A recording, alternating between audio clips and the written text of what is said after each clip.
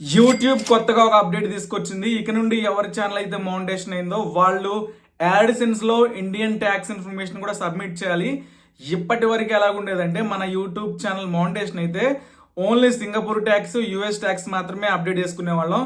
ఇక నుండి ఏంటంటే ఇండియన్ ట్యాక్స్ కూడా అప్డేట్ చేసుకోవాలి.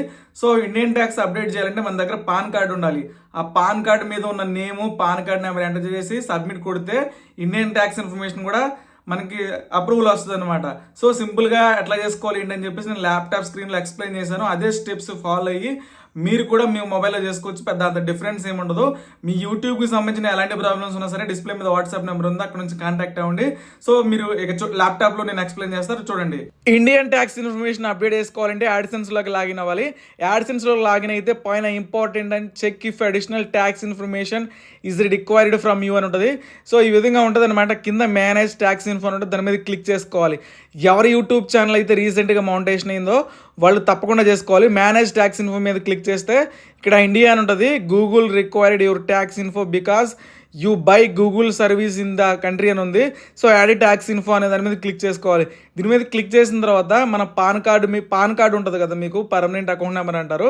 ఆ పాన్ కార్డు మీద ఉన్న పేరు అయితే ఎట్లాగుందో సేమ్ క్యాపిటల్లో ఉంటే క్యాపిటల్, స్మాల్లో ఉంటే స్మాల్, సేమ్ ఎలాగ పాన్ కార్డు మీద ఉందో సేమ్ అలాగ ఇచ్చేసేయాలి. ఇక్కడ బిజినెస్ ఇన్ఫో అని ఉంటుంది, అన్రిజిస్టర్డ్ ఇండివిజువల్ అని పెట్టుకోవాలి. ఇది పెట్టుకున్న తర్వాత కిందికి స్క్రోల్ డౌన్ చేయాలి. స్క్రోల్ డౌన్ చేసిన తర్వాత నెక్స్ట్ బటన్ మీద క్లిక్ చేసుకోవాలి.